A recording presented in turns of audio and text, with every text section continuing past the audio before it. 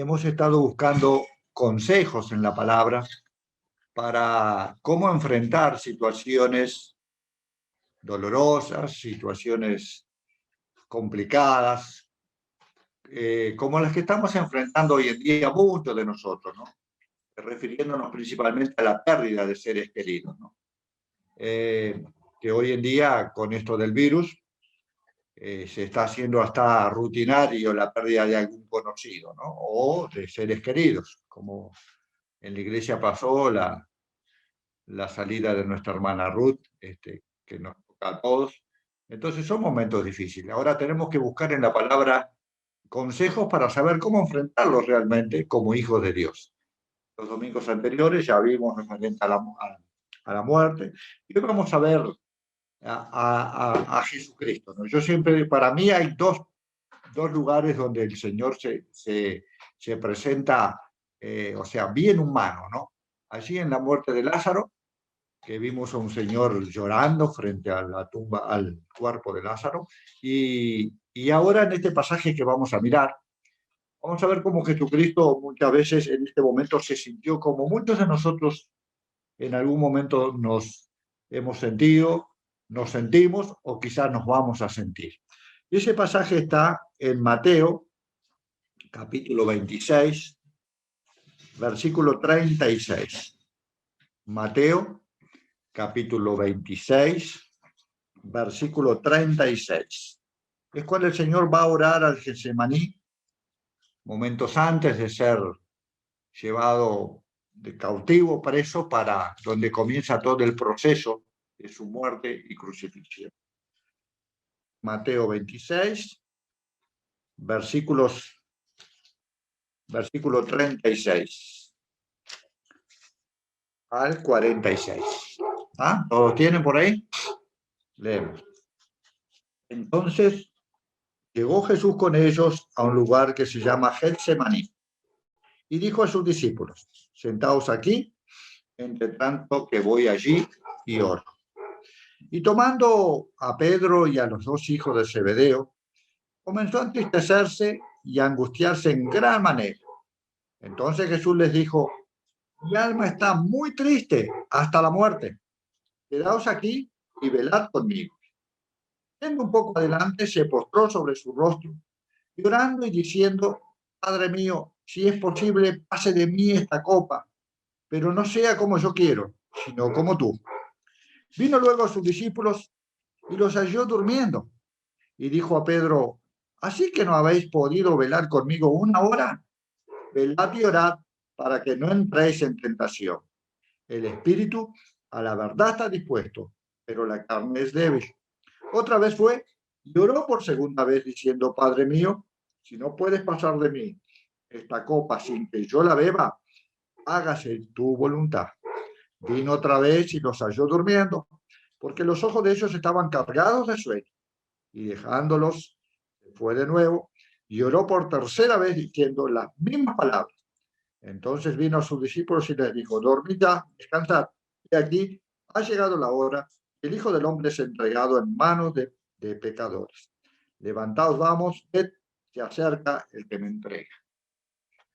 Vemos a un Señor acá. Es impactante cómo está el Señor, ¿no?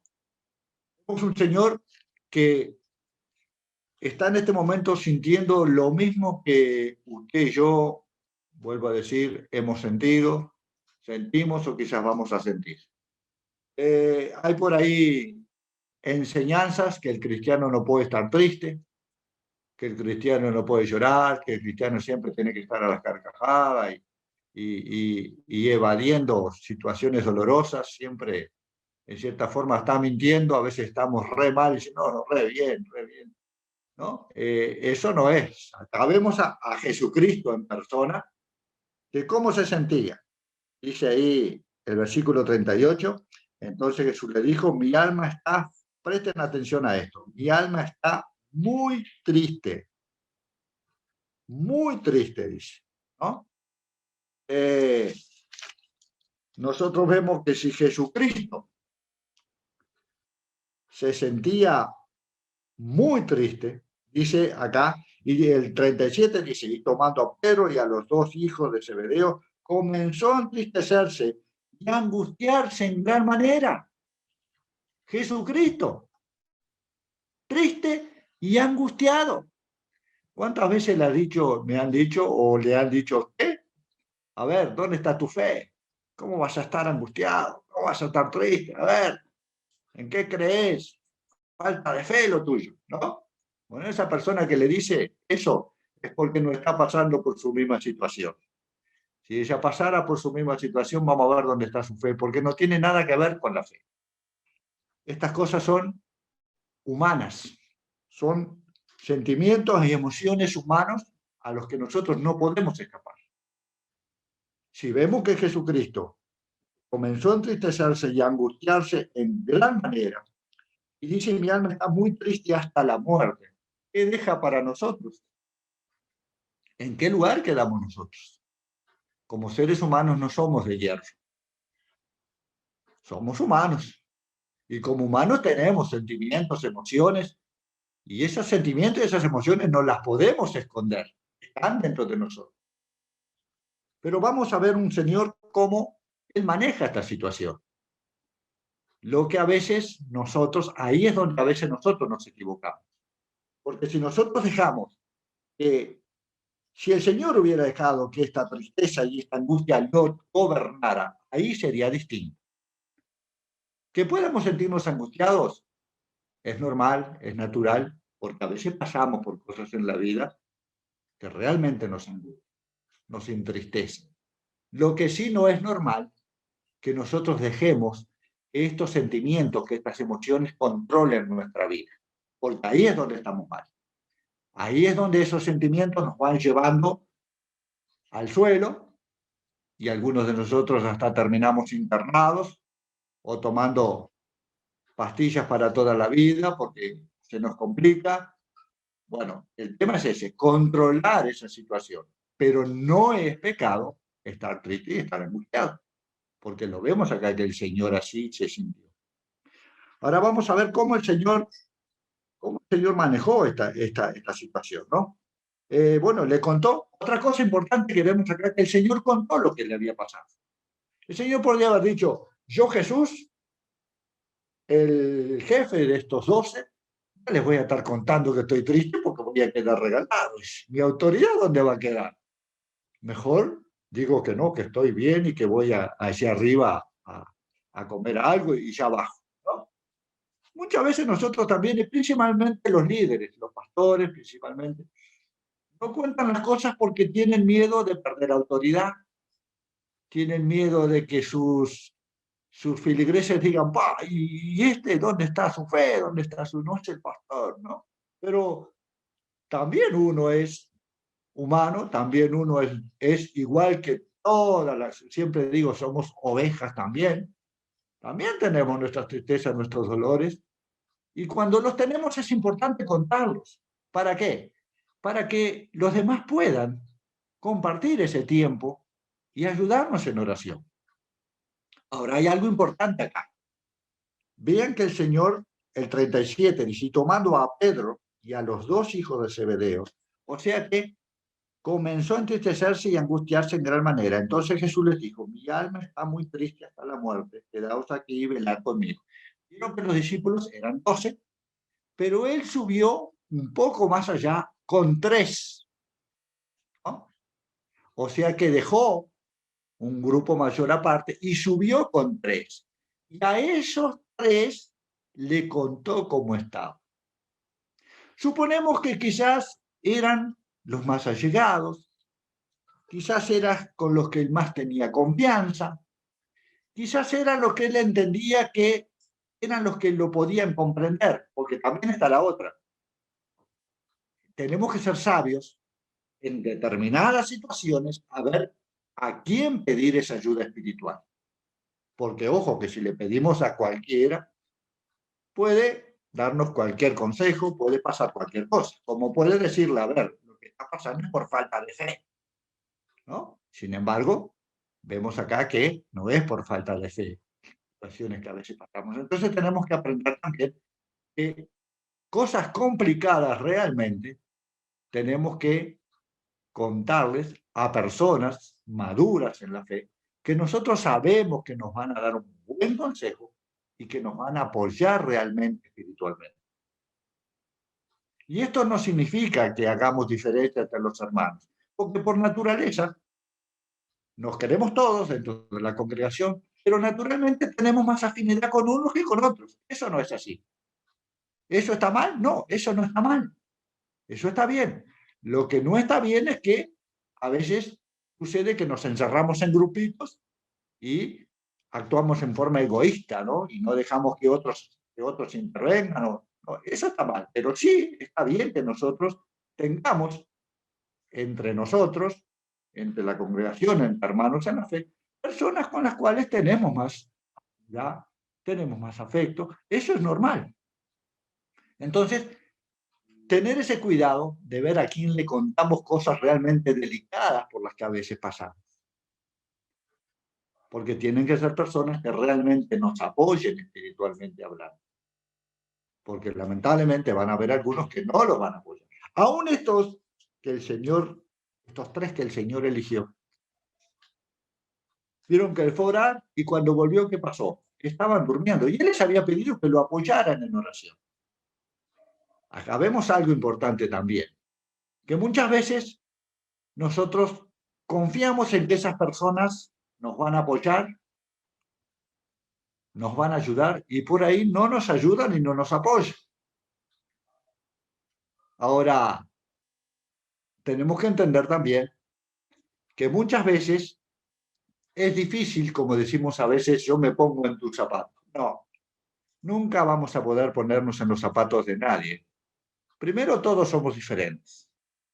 Todos sentimos las cosas en forma distinta. Unos somos más sensibles, otros son más fuertes. Sentimos las cosas en forma diferente. Por más que haya pasado yo por la misma situación de un hermano o de una hermana, no quiere decir que yo sienta lo mismo y que la hermana sienta o el hermano sienta lo mismo, porque somos diferentes. Entonces, a veces no es fácil entender el dolor del otro. Yo creo que los tres discípulos no entendieron al punto de cómo se sentía Jesucristo, a pesar de que él se los dijo. Entonces, muchas veces nosotros nos descansamos mucho en las personas y nos sentimos después traicionados, nos sentimos defraudados, que no me apoyó, que no me llamó, que no estuvo. Pero muchas veces esas personas no lo hacen por maldad, o no lo hacen por frialdad o porque no lo quieren, lo hacen porque no han captado realmente por la situación por la que usted está pasando. Entonces tenemos que aprender que tampoco confiar demasiado en las personas, porque la confianza debe estar en el Señor. Las personas somos humanas, somos frágiles, y muchas veces no estamos a la altura como para acompañar la situación de alguien. Incluso a veces el pastor no estuvo, el pastor no me llamó, y por ahí el pastor no logró captar bien el sufrimiento o el sentimiento de esa persona como para apoyarla de la forma que era necesaria. Pero no culpemos a las personas. Las personas recuerden que somos humanas, que fallamos y que muchas veces, como dice el criollo, metemos la pata. Pero no deje de confiar en esas personas, pero tampoco póngale toda la carga, porque, vuelvo a decir, a veces no se logra entender cabalmente por el momento de sufrimiento que está pasando esa persona. Siempre cuento esta historia que llegamos, una hermana estaba tremendamente triste, una hermana que no tenía hijos, no tenía familia, y su gata estaba enferma. Y yo, en la forma que fui criado, el bicho es bicho y la persona es persona. O sea, quiero mucho a mi perro, pero es perro. O sea, y quiero mucho, puedo tener un gato que me gusta, pero es gato. O sea, no sé, porque fui criado así. En mi casa adentro no entraba ningún animal. No sé, el animal era para afuera. Y fui criado así. Entonces, no tengo esos sentimientos tan profundos hacia los animales. Pero sin embargo, esta hermana era la gatita. Y lloraba por la enfermedad de la gatita. Y cuando lloró y cuando murió la gatita, Mariela, que tuvo que estar allí con ella consolando, Y ahí uno va entendiendo que a veces yo no me podía, pues yo si fuera a darle un consejo a la hermana, yo la hermana, déjese jorobada, es una gata. Pero la hermana no lo sentía así. La hermana lo sentía como parte de su familia, como no sé, como su hija. Entonces a veces nosotros nos ponemos muy de afuera y no logramos, por más que la entendí, no pude sentir lo mismo que ella sentía por la pérdida de la gata, ¿no? O sea, estuve allí, pero para mí era un gato muerto. Y así. Pero para la hermana era otra cosa. Entonces, por más que yo estuve allí o estuvimos allí, como que no lograba entender completamente, ¿no? Y quizás esa hermana después necesitaba que yo la llamara seguido para ver cómo estaba, pero como para mí era un gato muerto, no le daba bolilla. Entonces, no sé si logro explicarnos que a veces no logramos entender totalmente el dolor de los, pero no por eso vamos a este, ponerle todo el peso encima al otro porque a veces no lo logra entender. No lo hace por malo, no lo hace por egoísta. Entonces tenemos que entender eso. Contar, pero tampoco esperar demasiado de las personas. Las personas somos humanos, somos personas. Entonces, ¿qué hizo el Señor? ¿Se desesperó? ¿Dejó que estos sentimientos lo controlaran? No. Lo contó primero como una forma de desahogo y como buscando un apoyo. Es importante que en situaciones de crisis busquemos respaldo, busquemos apoyo de otros hermanos que puedan por lo menos estar allí o que por lo menos nosotros podamos desahogarnos contando la situación. Muchos de nosotros a veces somos tan orgullosos que no lo contamos. Y después que las cosas sucedan, revientan, incluso algunos hasta reclamamos, ¿por qué no estuvieron?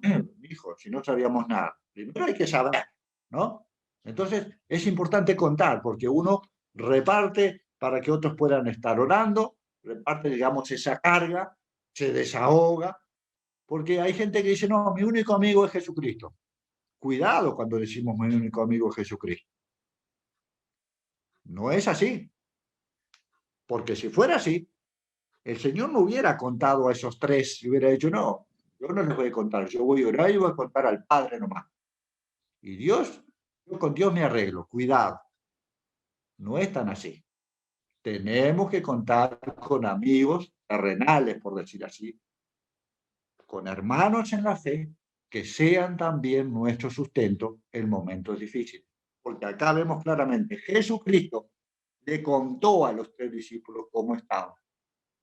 Y muchas veces nosotros egoístamente, no, yo no conté, yo oré y yo con el Señor me arreglo. Cuidado que no es tan así. El Señor lo contó, compartió su dolor, compartió su tristeza y pidió apoyo en oración a sus hermanos. Entonces, como primera medida es compartir la necesidad, el dolor, la tristeza, pedir apoyo espiritual en oración y orar. Lo primero es orar. Vieron que a veces estamos tan tristes, tan angustiados, que hasta nos olvidamos de orar, ¿no? Hasta nos olvidamos porque la tristeza y el dolor nos gobiernan y no podemos ni siquiera orar porque estamos, bueno, cuidado. Lo primero tenemos que orar, dejar toda ansiedad, como dice Filipenses 4:6, allí, en la presencia del Señor y descansar. Sabiendo esta petición que yo deposité allí va a ser oída, va a ser contestada dentro de la voluntad del Señor.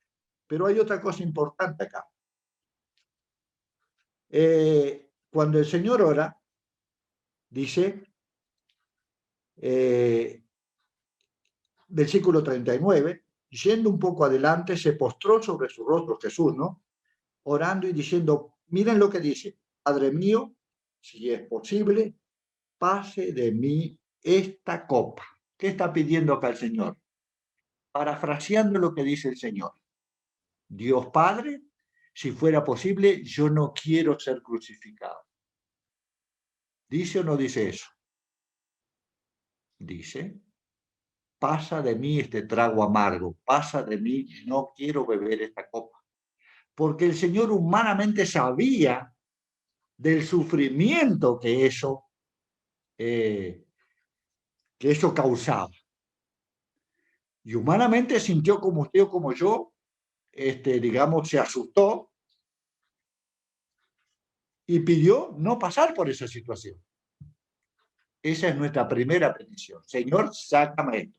Señor, que no se vaya fulano. Señor, que no se vaya mengano. Señor, que se sane. Pero ¿qué pasa? A veces no es la voluntad de Dios que eso suceda. ¿Y qué pasa si no sucede lo que yo pido? Muchos de nosotros hasta la fe perdemos. Muchos de nosotros nos alejamos del camino. Porque le pedí al Señor, clamé al Señor que no falleciera fulano, fulano se sanara y no me contestó. El Señor nos muestra acá, sigue orando, dice, Padre mío, si es posible, versículo 39, pase de mí esta copa. Pero miren lo que dice, pero no sea como yo quiero, sino como tú quieres. ¿Vieron la diferencia? Entonces, ¿cómo debemos orar? Señor, en mi corazón está el deseo de no perder a fulano, de no perder a ciclano, que se sane mengano, que se sane sultano. Pero dentro de ese deseo, acepto tu voluntad. Esa es la oración correcta. Hay por ahí también malas enseñanzas que dicen que si yo declaro, porque yo declaro, Señor, te exijo, Señor, yo acá vengo a reclamar que tú hagas esto. Gran error, mis queridos hermanos. Jesucristo, Hijo de Dios, no le exige al Padre nada. Le dice, Padre, si fuera posible, yo no quiero ser crucificado, pero hágase como tú dices. Ahí está el tema, ahí está la clave. Muchos de nosotros nos perdemos ahí, exigiendo que sea lo que yo digo. Pero si vamos a la figura carnal de padre a hijo, muchas veces cuando vemos, bueno, ahora sí puede ser, pero en las generaciones que fuimos criados, cuando un hijo reclamaba algo a un padre, pobre de mí que fuera a reclamar algo a mi padre. Mi padre, nuestros padres nos decían las cosas y bueno, y era así. No se nos daba ni por preguntar, ¿no? Entonces, ¿cómo nosotros siendo hijos de Dios podemos reclamar algo al Padre? Acá vemos que el mismo Hijo de Dios no le reclamó. Dijo, yo no quisiera, pero hágase tu voluntad. Muchas veces nos perdemos también en el por qué. Queremos entender por qué. ¿Y por qué perdí fulano? ¿Y por qué pasé yo por esta situación? ¿Por qué? Si soy tan fiel, si soy tan obediente, si soy tan esto, si soy tan aquello. Mis hermanos, muchas veces nos perdemos en ese por qué y a veces no encontramos respuesta. Ahora, porque no encontremos respuesta, vamos a dejar de tener fe, vamos a dejar de creer. ¿Por qué tenemos que tener respuesta? El mismo Pablo dijo, hoy vemos como por un espejo, mañana veremos más claramente en la presencia del Señor. Hay cosas que nosotros no tenemos por qué entender. ¿Sabe por qué? Porque nuestra mente es tan pequeña. No podemos compararnos que los caminos del Señor no son nuestros caminos. Sus pensamientos no son nuestros pensamientos. Y a veces pasa que usted no entiende en el momento, no sé si le ha pasado, a mí me ha pasado, no entiende esa situación en el momento, pero más adelante la entiende. A mí me pasó algo de niño que lo vine a entender de grande. Y de grande le digo 30 y pico de años. Y lo que me pasó tenía 6, 7 años. No lo entendía. Quizás porque era un niño, quizás por esto, quizás por lo otro. A los 30 y pico de años miré hacia atrás y entendí el por qué me había pasado aquello a los 7 años. Entonces puede pasar eso. Que usted no lo entienda ahora, pero que el Señor se lo revele después. O puede ser que no se lo revele. Pero no quiere decir que eso haya pasado porque sí, nomás todo tiene un propósito. A veces es para mi enseñanza, o a veces es para enseñanza de los que están alrededor. La palabra dice que la voluntad de Dios es perfecta. aunque muchas veces usted y yo no la podamos entender. Pero no intentemos buscar la respuesta, porque a veces no hay respuesta. Y a veces nos perdemos en esa respuesta, en busca de esa respuesta. Y nos enceguecemos ahí. Y el enemigo, que es Satanás, que está como león rugiente buscando a quien devorar, aprovecha esas oportunidades. Y dice, ¿viste? Tu Dios no te da respuesta, te lo hizo porque si no va. Entonces, cuidado cuando en esas situaciones difíciles de dolor y de tristeza, en las que estamos frágiles, queremos que se haga nuestra voluntad o queremos la respuesta. No siempre se hace lo que yo quiero y no siempre entiendo lo que me pasa en la vida. Pero ¿cuál es la justa oración? Versículo 39 al final. Pero no sea como yo quiero, sino como tú quieres. Y vean que al final,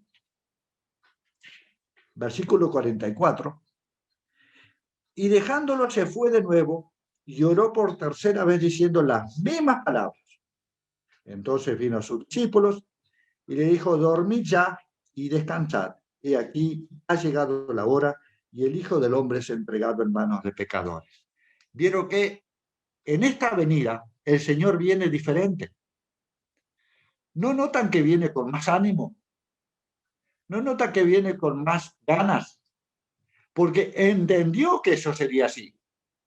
Y vieran que dice el 46, levantaos, ved, se acerca el que me entrega. Porque el Señor había entendido que era la voluntad de Dios, que eso iba a pasar, y que tenía que asumirlo, y que tenía que tomarlo. No, no es el mismo Jesús de los versículos primeros a estos versículos finales, luego de orar, luego de entender que esa sería la voluntad del Padre y que no iba a haber vuelta. Él viene con más ánimo, con más ganas, y dicen, vamos arriba, levántense, vámonos, que pronto me van a llevar y voy a ser crucificado. Y ya estaba más contento, su ánimo estaba más arriba, no se dejó gobernar por la angustia y por la tristeza que vemos en los primeros versículos, porque oró al Padre, se descargó con sus discípulos contándole lo que pasaba, le pidió apoyo, entendió que la voluntad de Dios era esa y siguió adelante. Porque cuando la voluntad de Dios está, no podemos seguir toda la vida quejándonos, qué barbaridad, bueno, sí, me pasó, no, porque eso no es bueno para usted, no es bueno para nadie.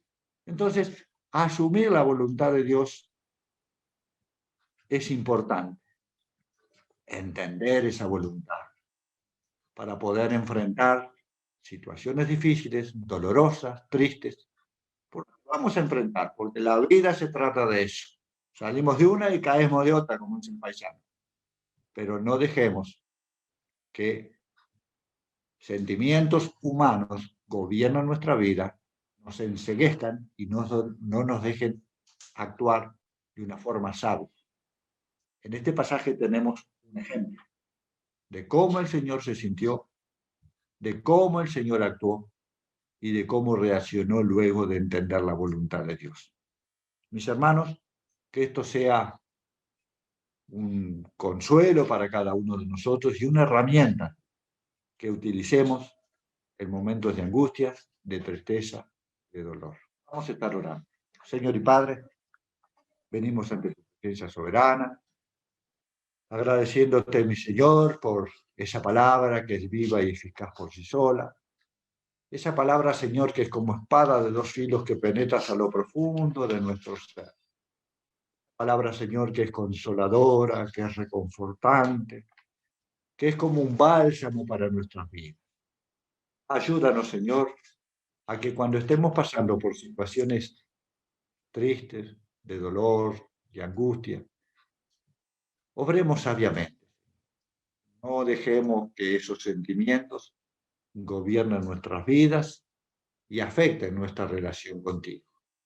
Que podamos entender que somos tus hijos y debemos aprender a asumir tu voluntad y como tú quieras que la vivamos. Señor, gracias por estar siempre presente. Gracias por consolarnos, por ayudarnos. Ayúdanos a entender también que es importante que tengamos amigos espirituales en los que podamos confiar para contarles nuestros problemas y para pedirles apoyo en oración. Que podamos entender que si tú así lo hiciste, es un ejemplo para que nosotros también lo hagamos. En el nombre de nuestro Señor Jesucristo, te lo rogamos y te lo pedimos.